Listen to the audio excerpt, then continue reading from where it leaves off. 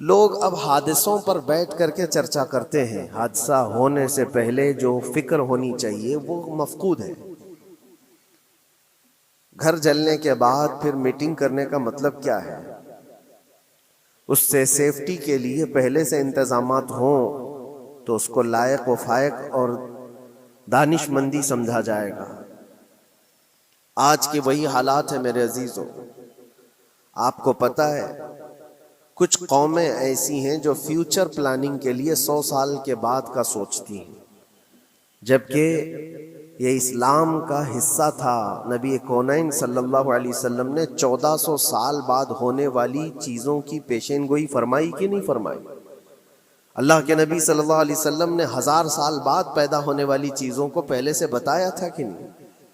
یہ ساری چیزیں نبی آخر الزمان صلی اللہ علیہ وسلم نے جو بتایا، مطلب یہی تھا کہ اس وقت کے لوگوں کو ضرورت تو نہیں تھی ان حالات کی، پھر بھی حضور ان کو بتا رہے تھے، صحابہ کو۔ آج جو چیزیں پیدا ہونے والی ہیں وہ رسول پاک کو پتا تھا، 1000 سال بعد ہونے والی چیزیں، لیکن اس وقت کے صحابہ کو یہ باتیں کیوں بتائی جا رہی تھی؟ ان کے حالات تو اس وقت کے نہیں تھے ویسے۔ اس کے باوجود نبی پاک صلی اللہ علیہ وسلم نے ان کو 1000 سال بعد ہونے والی چیزوں کی باتیں اس لیے بتائی کہ یہ دین اسلام فیوچر پلاننگ کے لیے کتنا ایکٹیو ہے، یہ سمجھو آگے کے لیے۔ اس لیے بتایا گیا کہ صحابہ اپنی اولاد کو اور وہ اپنی اولاد کو، وہ اپنی اولاد کو یہ بات منتقل کرتے جائیں، اور آنے والے حادثوں سے پہلے سے ذہن پریپیئر رہے، تیار رہے۔ دجال کے فتنے کا ذکر کتنی مرتبہ حدیث پاک میں آیا۔ امت کو نبی پاک صلی اللہ علیہ وسلم نے یوں ہی نہیں چھوڑ دیا۔ دجال کا فتنہ آئے گا، یاجوج ماجوج کا فتنہ آئے گا، یہ ساری چیزیں بتائی گئی کہ نہیں؟ ہر مسلمان تقریباً جانتا ہے آخر زمانے میں ایک بہت بڑا فتنہ دجال کی صورت میں ظاہر ہوگا۔ تو یہ باتیں اتنے 100 سالوں سے چل رہی ہیں کہ ذہن تیار ہے اس فتنے کو کہ اگر ایسا فتنہ آیا تو ایمان پر ڈٹے رہنا ہے، جمے رہنا ہے۔ یہ بات ہوتی ہے آگے آنے والے حادثات سے قوم کو باخبر رکھنا۔ آج جو حالات ہیں، جب کبھی کوئی چیز لٹ جائے تو سارے لوگ سڑکوں پر آ جائیں گے، یا پھر کسی نشستگاہ پر بیٹھ کر کے رات بھر میٹنگ کر کے چلے جائیں گے۔ یہ حادثے ہونے کے بعد کے جو حالات ہیں، یہ وہی چیزیں درشا رہی ہیں کہ قوت فکر و عمل فنا ہو گئی ہے۔ قیادت ہمارے ہاں مفقود ہے، کسی ایک قائد کے تحت کوئی ساری قوم آنا نہیں چاہتی۔ آپ کیا سمجھتے ہیں کہ جو ہمارے ساتھ حالات پیش آ رہے ہیں، کبھی مسجدوں کو لے کر، کبھی خانقاہوں کو لے کر، کبھی بزرگوں کے نام کو لے کر، اب ہمارے وقف کی جائیداد کو لے کر، یہ سارے جو معاملات ہیں یہ اچانک آنے والی چیزیں نہیں ہیں۔ بھانپ لیا گیا ہے تمہاری پوری طبیعت کو، تمہارے مزاج کو، کہ فکر و عمل کی قوت ان کی ختم ہو چکی ہے۔ ان کو 2 چند چیزوں میں ہی راضی کیا جا سکتا ہے۔ دنیا یہ سمجھ رہی ہے، جس کی وجہ سے کھلواڑ پر کھلواڑ ہوتے چلے جا رہے ہیں، اور ان کو یہ بھی پتہ ہے کہ یہ کچھ نہ کر سکیں گے۔ میرے عزیزو، آپ نا امید اور مایوس نہ ہو کہ ہم سے کچھ نہیں ہوگا۔ اللہ کریم چاہے تو ایک بندے سے بھی پوری دھرتی پر زلزلہ لا سکتا ہے۔ اللہ کریم کی ذات پر یقین اور توکل رکھو۔ سرکار غریب نواز ہندوستان آئے تھے تو بہت بڑی فوج لے کر نہیں آئے تھے، اللہ کی ذات پر بھروسہ کر کے آئے تھے، اور 90 لاکھ لوگوں کے دلوں میں چراغ اسلام جلا دیا تھا۔ وہ یقین اور توکل کے ساتھ آئے تھے۔ آج لوگوں کے دلوں کے اندر جو مایوسی اور نا امیدی ڈالی جا رہی ہے کہ کچھ ہوگا نہیں، ابھی کچھ کرنے سے کچھ نہیں ہوگا، یہ نا امیدی اور مایوسی تمہاری طبیعت میں کیوں آئی؟ کیا تمہارا رب تبارک و تعالیٰ کی ذات پر یقین کمزور ہو گیا؟ اگر یہ اس طرح کی بیماری آئی ہے تو پھر بدر پڑھ لینا۔ جب رسول پاک صلی اللہ علیہ وسلم کے ساتھ وہ صحابہ جا رہے تھے، ان کو اچھی طرح پتا تھا کہ سامنے آنے والی فوج کتنی طاقت لے کر آ رہی ہے۔ 1000 لوگ آ رہے ہیں، ہاتھی گھوڑے ان کے پاس، ہتھیار اور اسباب ان کے پاس ہیں، کھانے پینے کی مزے کی ساری چیزیں لے کر کے آ رہے تھے مکہ والے، اور ادھر صحابہ ننگے پیر ہیں۔ 313 کے پاس 4 گھوڑے ہیں، پیدل چلے آ رہے ہیں، چھاؤں لینے کے لیے کوئی جگہ تک نہیں ہے ان کے پاس. ایک کھجور کسی کے پاس ہو تو 10 لوگ اس پر اکتفا کر لیں. فاقے پر فاقہ کرنے والے وہ صحابہ. لیکن انہوں نے یہ نہیں کہا کہ اللہ کے نبی صلی اللہ تعالی علیہ وسلم سے کہ ہمارے پاس اسباب کی کمی ہے, ہتھیار کی کمی ہے, کچھ نہیں, ہمارے پاس سواری نہیں ہے. بغیر سواری کے 180 کلومیٹر مدینے سے چل کر کے وہ بدر پہنچے تھے, بدر تک پہنچے تھے. اور اس وقت اپنی ساری محنتیں, اپنی ساری قوتیں انہوں نے زمین پر لا کر رکھ دیں. پھر بدر کے میدان میں جب پہنچے تب اللہ کریم کی بارگاہ میں دعا کیا تھا میرے مصطفیٰ نے, اے اللہ اگر اس نہتی قوم کو تو نے فتح نہیں دی تو پھر قیامت تک اس روئے زمین پر سجدہ کرنے والا کوئی نہیں ہوگا. یہ محبوبانہ انداز تھا میرے مصطفیٰ کا. وہ دعا مدینے میں بیٹھ کر کے بھی تو کر سکتے تھے. 180 کلومیٹر دور اتنی مصیبت میں دھوپ میں چل کر کے جانے کی کیا بات تھی. ننگے پیر صحابہ گئے ہیں, فاقے پر فاقہ کیے ہوئے. وہ مدینے میں بیٹھ کر دعا کرتے تو کیا رحمت للعالمین کی دعا قبول نہیں ہوتی؟ لیکن مصطفیٰ کریم صلی اللہ علیہ وسلم نے یہ مزاج دیا ہے, پہلے فکر و عمل میدان میں لاؤ پھر دعا کرو, اللہ کی مدد آتی ہے. یہاں ہم بیٹھ کر کے یہیں سے دعا کرتے ہیں, کچھ کرنا نہیں ہے, بدلنا نہیں ہے, اور فکر و عمل کو لانا نہیں ہے. تو پھر صرف یہاں بیٹھ کر کے دعا کرنا, یہ تو میرے عزیزوں عورتوں کو اس سے ذمہ داری دی گئی ہے کہ تم میدان عمل میں آ نہیں سکتی, تم اپنے گھروں سے دعا کرو اپنے بھائیوں کے لیے. لیکن یہ کام تو اب سارے مردوں نے بھی لے لیا ہے. بہرحال قوت فکر و عمل پہلے فنا ہو جاتی ہے جب کسی قوم کی شوکت پہ زوال آتا ہے. آج یہ جو سارے معاملات ہم دیکھ رہے ہیں, اس کی ایک خاص وجہ میں آپ کو بتانا چاہتا ہوں. آج سے تقریباً 8-9 سال پہلے میرا ایک بیان بھی ریکارڈ موجود ہے, کافی دنوں تک وہ چلتا رہا. میری اپنی بات نہیں تھی. سراج الامہ امام غزالی رحمت اللہ تعالی علیہ, انہوں نے لکھا تھا کہ امت پر اگر ایک ایسا وقت آ جائے جب ان کے سامنے ان کے نبی کو گالیاں دی جا رہی ہیں اور امت کچھ نہ کرے, تو پھر وہ انتظار کرے کہ عنقریب وہ وقت بھی ان کے اوپر آنے والا ہے جب ان کی ماؤں, بیٹیوں اور سب عزتوں کو بازار میں نیلام کیا جائے گا اور یہ کچھ نہیں کر سکیں گے. وہ دن آ جائیں گے. بیسک وجہ وہاں سے شروع ہوئی کہ لوگ اپنے عیش و عشرت میں کچھ کمی نہ کر سکے. بارگاہ مصطفیٰ صلی اللہ علیہ وسلم کی گستاخیاں کھلے عام ہوتی رہیں, اور اس پر ہم لوگ جس طرح کے حالات دیکھتے رہے. بہت سارے لوگ تو مجھ کو یہ کہتے تھے, مجھ سے یہ کہتے تھے, کیا ضرورت ہے آپ کو بولنے کی, حالات دیکھ نہیں رہے آپ؟ ظالمو, تم کو اگر کوئی چھوٹی سی ماں کی گالی دے دے تو تم بفر جاتے ہو اور اس کے اوپر آسمان توڑنے کی بات کرتے ہو.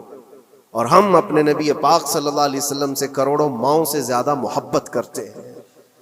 اس رسول پاک صلی اللہ تعالی علیہ وسلم پر کوئی بھونکتا رہے اور اس کا جواب نہ دو, تم یہ کہتے ہو مصلحت ہے, حالات ایسے ہیں. تو پھر اپنا یہ لباس بدل دینا چاہیے, اپنا نام بدل دینا چاہیے. پھر اس دائرہ اسلام میں رہ کر کے مطلب کیا ہے؟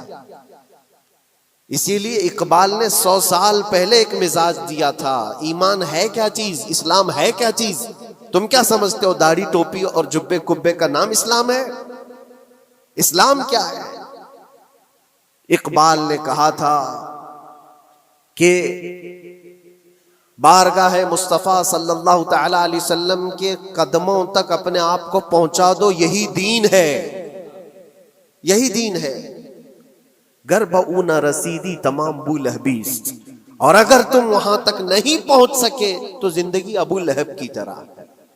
دین یہ ہے, آبرو ماں زنام مصطفیٰ است, ہم سب کی عزت و آبرو حضور کے نام سے جڑی ہوئی ہے, ان کے نام سے جڑی ہوئی ہے ہماری عزت و آبرو. اور تم اس نام کی حفاظت نہیں کر سکو گے تو آگے یہ سب چیزیں آنے والی ہیں جو آ رہی ہیں. آج لوگ آج واویلا مچا رہے ہیں. یہ بات یاد رکھنا, شیطان کبھی فجر کی نماز کے لیے اٹھا نہیں سکتا, اور اگر اٹھا رہا ہے تو پھر اس کا کوئی مقصد ہے. شیطان اور نماز آج سختہ ان کے پاس ہے، طاقت ان کے پاس ہے، حکومت ان کے پاس ہے، ڈپارٹمنٹ ان کے پاس ہے، سب کچھ، جوڈیشری، ہر چیز ان کے پاس ہو، وہ کیا کر رہے ہیں اس سے مجھے مطلب نہیں۔ میں آپ سے یہ پوچھنا چاہتا ہوں، مجھے رہزنوں سے غرض نہیں، تیری رہبری کا سوال ہے۔ تم خیر امت ہو، رسول پاک کی امت میں ہو، تمہاری بھومکا جس کو کہا جاتا ہے، تمہاری یہاں پر زندگی کے معاملات یہ بہت زیادہ اہمیت کے حامل ہیں۔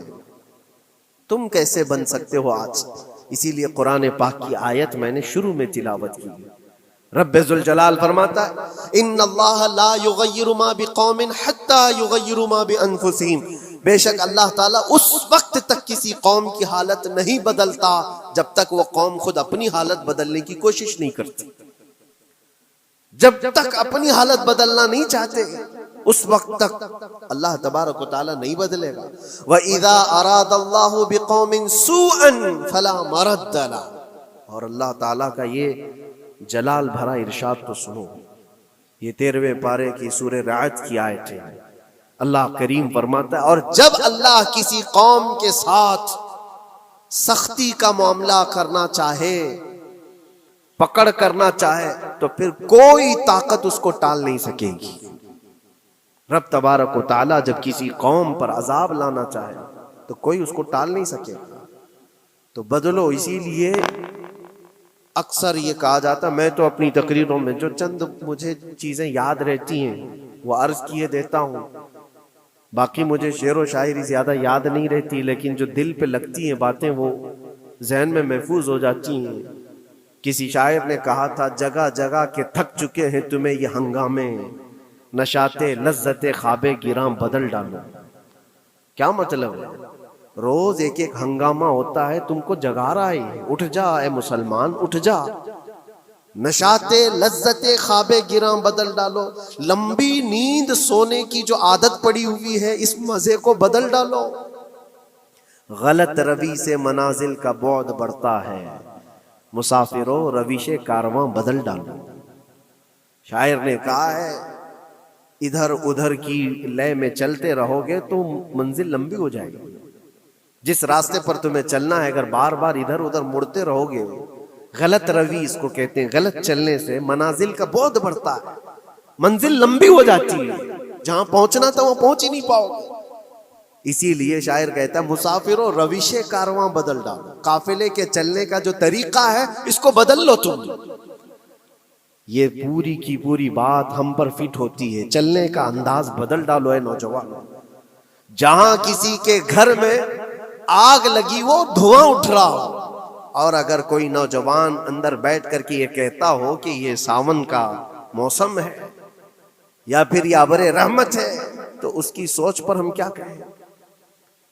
جہاں آج پوری قوم قسم پرسی کے عالم میں ہو، امت محمدیہ کے یہ حالات آج دیکھ رہے ہیں، روزانہ دیکھ رہے ہیں۔ تم شیئر تو کرتے ہو، ہر جگہ شیئر کرتے ہو، اور سارے ریلز پر تم جو دیکھتے ہو ہنگامے روز، صرف ہندوستان کے نہیں پوری دنیا بھر کے فلسطین کے مظلوم بچوں کی لاشیں دیکھتے ہو اور شیئر کر کے آگے بڑھ جاتے ہو۔ ان کی چیخیں، ان کے ڈاک کے ملبے، ان کا ڈھیر، ان کے تباہ و برباد گھر، ایک ایک قبر میں 80 لوگوں کی لاشیں، یہ سب کیا تم نہیں دیکھتے؟ شیئر کر کے آگے بڑھ جاتے ہو۔ یہی تو ہنگامے ہیں جو تمہیں دھگا رہے ہیں، جگہ جگہ کے تھک چکے ہیں تمہیں یہ ہنگامے خود ہی تھک گئے، یہ اٹھتا نہیں ہے۔ ایک دور وہ تھا 100 سال پہلے کا جب یہاں پر موجود انگریز اس قوم کو دیکھ کر یہ کہنے پر مجبور ہو گیا تھا، یہ فاقہ کش موت سے ڈرتا نہیں، ذرا بھوکیوں پر بھوکا رہتا ہے لیکن موت سے ڈرتا نہیں، روح محمدی اس کے بدن سے نکال دو۔ روح محمدی ان کے بدن میں تھی، انگریز تھر تھراتے تھے، اس قوم کا کوئی جواب ہی نہیں ہے۔ سب سے زیادہ اگر کسی چیز سے ڈرایا جا سکتا ہے تو موت سے، اور یہ قوم ایسی ہے کفن تو اپنے کندھے پر لے کر گھومتی ہے، جہاں موت آ جائے سو جائے۔ یہ فاقہ کش موت سے ڈرتا نہیں ذرا، روح محمدی اس کے بدن سے نکال دو۔ یہ کس کی بات تھی؟ یہ انگریزوں کی بات تھی۔ اور آج حالات بدل گئے ہیں، سارا کا سارا زمانہ تم پر آج بھوکے بھیڑیا کی طرح جھپٹ پڑا ہوا ہے۔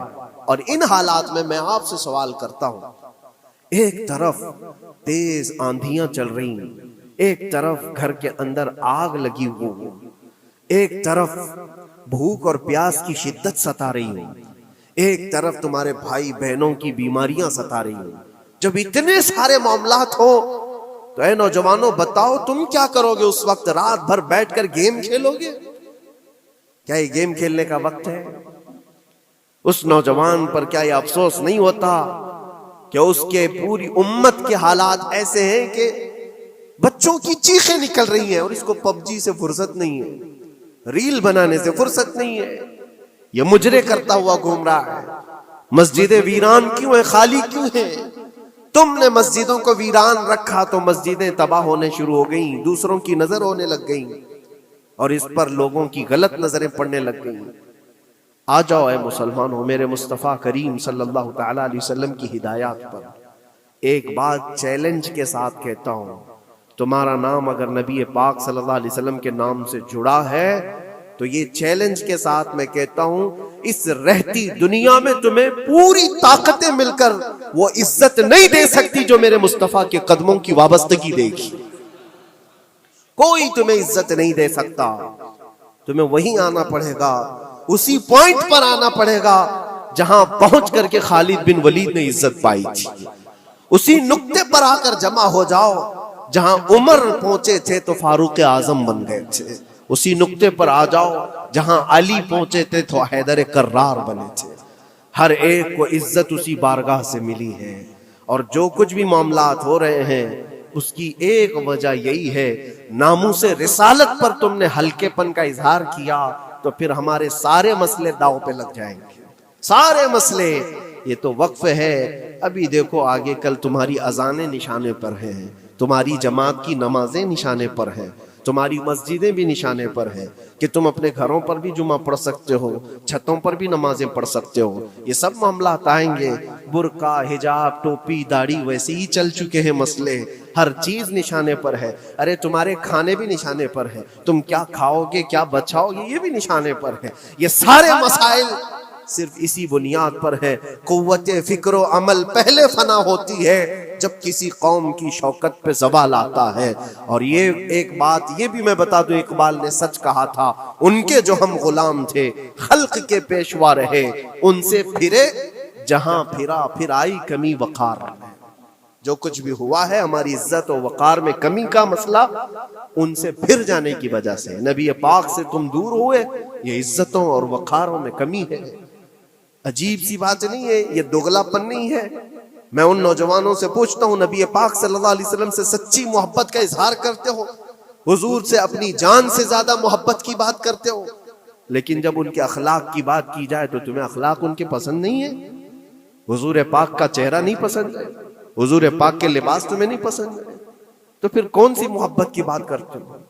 اللہ کے رسول صلی اللہ تعالی علیہ وسلم سے تم بے انتہا محبت کی بات کرتے ہو، پھر وہ محبت کا تقاضا یہ ہے کہ تمہاری ظاہری زندگی میں بھی تو نظر آئے کچھ۔ محبت کا تقاضا یہ ہے، تم شرما جاتے ہو، دنیا کیا کہے گی مجھے، دنیا کیا کہے گی، دقیانوسی کہے گی، فنڈامنٹل کہے گی، پرانے زمانے کا کہے گی، میں چہرے پر داڑھی رکھ لوں تو لوگ مجھے پتہ نہیں کیا کیا کوسیں گے۔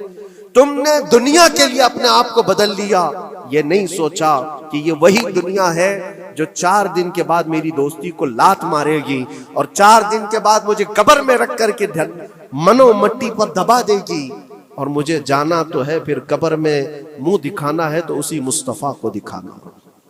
جہاں یہ نہیں پہنچ سکتے وہاں رسول پاک ہوں گے، محشر کے میدان میں جہاں کوئی سہارا نہیں ہوگا اس وقت رسول پاک تمہارا ہاتھ پکڑ رہے ہوں گے، اور تم نے ان کا خیال نہیں کیا۔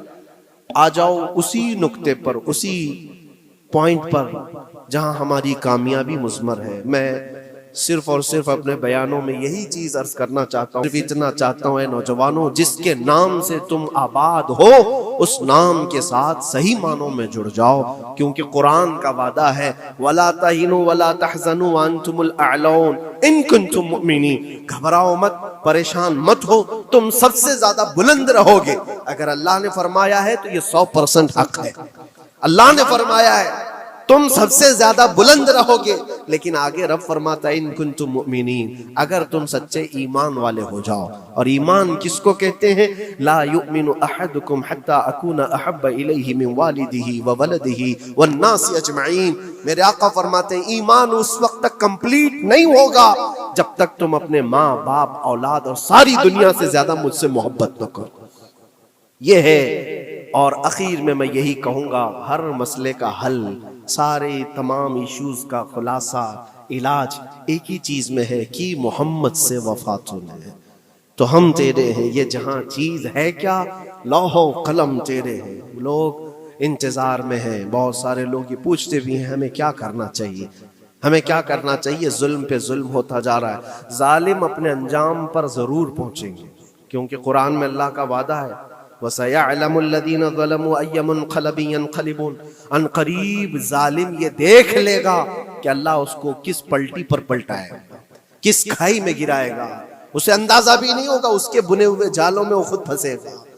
ظالموں کی ایک لمبی تاریخ ہے، اور ان کو بھی پڑھنا چاہیے جو آج ظلم کر رہے ہیں، لیکن تمہارا کردار کیا ہو؟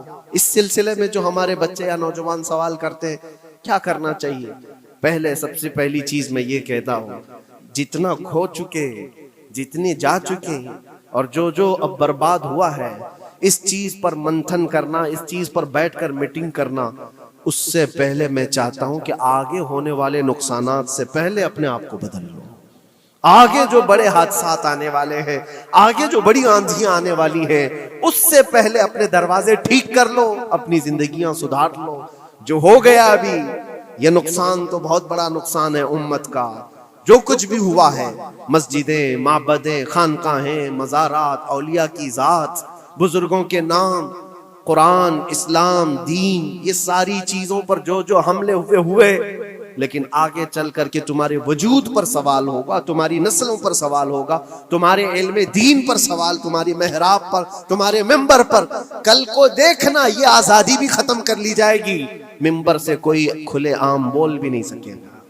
یہ آج جو ہم بیان کر رہے ہیں، آگے چل کر کے دیکھنا یہ آوازیں بھی بند کر دی جائیں گی کہ کھلے عام کوئی مولوی بول نہ سکے، جو ہم چاہیں وہی بولیں۔ میرے عزیزوں، اس وقت کے ان حادثوں سے بچنے کے لیے میں کہتا ہوں ابھی اپنے آپ کو بدل لو، مسافروں روش کارواں بدل ڈالو، اٹھو وگرنہ حشر نہ ہوگا پھر کبھی، دوڑو کہ زمانہ چال اپنی چل گیا۔ اللہ کریم ہم سب کی قوت فکر و عمل پھر سے عطا فرمائے۔ رب تبارک و تعالی ہمیں اتحاد و اتفاق نصیب فرمائے۔ رب تبارک و تعالی دامن